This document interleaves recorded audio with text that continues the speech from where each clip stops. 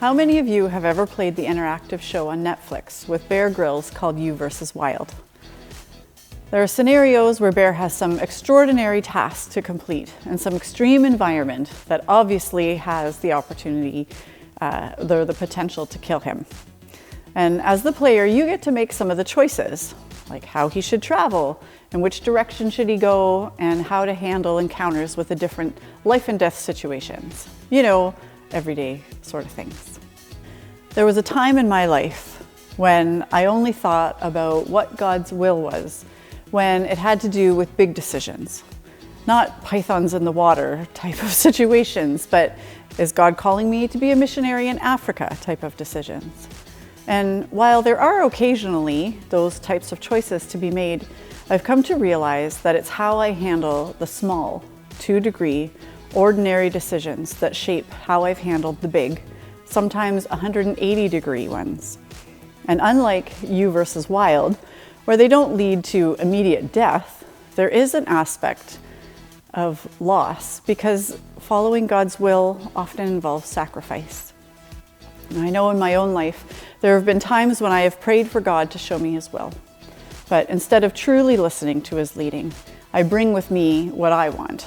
And I'm hoping that I will feel God say yes, because if I'm honest, I already know that I'm going to go ahead in that direction or with a certain decision, and I just didn't want to feel guilty about it. Or there have been times when I've prayed about God's direction, and then my response is, yeah, but not that. As John talked about in the first week, there are some areas of clear direction. Love God, love your neighbor as yourself. And those apply to every situation, but often we don't want to hear those things, and we don't want to change that stuff. We don't want to befriend that person, and we don't want to spend our money that way. So we ignore those things. No, really, God, show me your will. We want it to be exciting and clear and specific and quick and fun, not uncomfortable, and really what we want. Well, let's go back and look at Abraham's life once again. There was a cost for Abraham to choose to follow God's will. And this story leads with this fact. He left his country and his people and his father's household. But the promise of what God had in store for Abraham and the whole world was greater. It's important to note that there wasn't only one time that Abraham had to choose to follow God's leading. And this also wasn't the only time that there was a cost. So as we journey with Abraham and Sarah, reading through Genesis, we see that there are many crossroads in that path. There are instances where Abraham made the right decisions, and almost more times that he made the wrong ones. And as Megan unpacked, that never caused God to give up on him. And I think that it is also worth noting that there is a cost when we don't follow God's will. The world would look very different if Abraham had said no. Now, God still would have seen his plan through in some other way with someone else, perhaps. And Abraham would have had his quiet life in his own country with his own people, never leaving his father's household, missing out on being a part of all that God had in store. The ultimate request that God put before Abraham was many years later, when, after many failed attempts of taking things into their own hands, he and Sarah finally had a son of their own, through whom God was going to provide this great nation. And as Ethan talked about 2 weeks ago, God tells Abraham to sacrifice this son. Now, you might be thinking, sometimes following God sounds like a test, and that's not very nice. But we're going to watch a short video that talks about this. The story of the Bible begins with God creating a beautiful world and then sharing it with all of his creatures. And he appoints Adam and Eve to rule it on his behalf. And God gives them access to his wisdom and life, but then tells them that there's one tree they can't eat from because it will lead to death. So they have a choice about how to rule with God. This kind of feels like a test. Well, that's because it is a test. But isn't that kind of cruel for God to test them? Well, not all tests are bad. Let's say there's a king who chooses you to fulfill a royal task because he wants to know if you are trustworthy. Well, I guess that's a test, but really it's an opportunity to do something important and noble. Right, but then let's say there's a rebel who hates the king and you, and he tries to convince you that you would be better off not doing what the king asks. Well, the rebel is setting a trap. Right, so a test could be an opportunity or a trap. And the difference is whether the one testing you has your best interests in mind. I see. And both types of tests appear in the beginning of the Bible.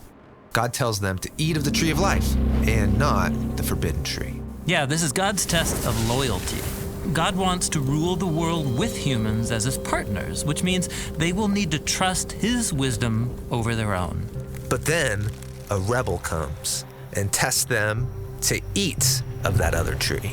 Right, the rebel seizes this opportunity and twists it, so he can lead the humans into exile and ultimately death. He turns the test into a trap. But after the humans fail, God promises that one day a human will come who will pass the test and defeat the snake. And as the story moves on, God gives a couple named Abraham and Sarah an opportunity to trust him by leaving their family behind, to go to a new land where God will use them to restore his blessing to all people. So this is a test. And at first, things go well. But Abraham quickly fails. He lies to protect himself, and then he and Sarah scheme to get a son their own way by abusing one of their servants. Definitely not passing the test. But God doesn't give up on Abraham. He gives him one final opportunity, a test to prove his loyalty. God asks Abraham to go up onto a hill and offer his son as a sacrifice. I can't imagine a more intense test. And Abraham does it. But in the last moment, God stops him and provides a substitute animal in the place of his son. God then says he will fulfill his promise through Abraham's family because he passed this test. So Abraham passed this test, but he hasn't proven to be a fully trustworthy partner. We're still waiting for someone who can pass the ultimate test. I really like how they explained that. Sometimes they are tests, and not all tests are bad. They are opportunities for us to grow in our relationship with God and our loyalty to him. The key is that we need to know who is asking. Abraham had potentially 75 years of relationship with God before he left it all and trusted God's promise. And he had many more years of growing and screwing things up and being forgiven before God called him to the ultimate sacrifice of his only son, Isaac.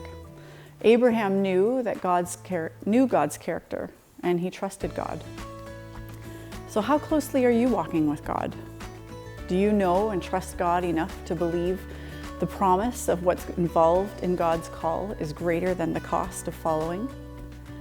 In Mark's book from the New Testament, we read about Jesus calling his disciples. And in choosing to follow Jesus, there were things that they had to leave behind. And those things were something different for each of them. Maybe the thought of what the cost might be seems too big for you, but maybe it's a direction of 180 degrees, but sometimes it's just 2. 2 degrees change can be a huge change of direction over time. And it takes time to build our relationship with God. Are you taking that time? Maybe that's the cost for you today. It's just that, it's time. And what is stopping you from moving forward with God? Only you know that. So start small. Maybe it's just 2 degrees, and that is sacrificing time on Netflix or Instagram or Snapchat. Or do you need to sacrifice the time you spend worrying and being afraid? Maybe God's calling you out of your comfort zone of what's familiar into something that requires you to take some risks. So what's stopping you from following God's will?